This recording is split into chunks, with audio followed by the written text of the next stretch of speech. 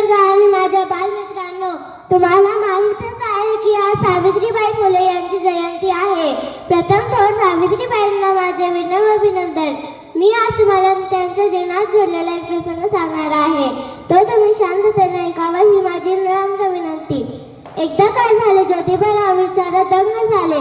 सावित्रीबाईंनी विचारले, अहो कशाची काळजी करता एवढी?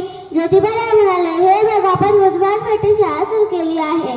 सावित्रीबाई म्हणाल्या, कशी बरी चालू आहे ती शाळा? ज्योतिबाराव म्हणाले, तरी बरी चालू आहे, पण काय थांबलास का? असे सावित्रीबाई ज्योतिबारावांना म्हणाल्या. विचार बंद झालेले ज्योतिबाराव म्हणाले, अडचणी तर खूप आहेत.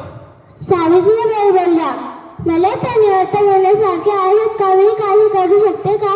असे सावित्रीबाईंनी अगदी त्याने विचारल्यावर ज्योतिबारावांना आनंद वाटला. ते म्हणाले, हो, तू मदत करू शकतेस. शिकण्याचं काम तू सांभाळ, कारण तू शिकवण्याला आलीस तर शिकणाऱ्यांची संख्या वाढेल. त्यावर त्या म्हणाल्या, मी जरूर येईन. सध्या किती मुली आहेत?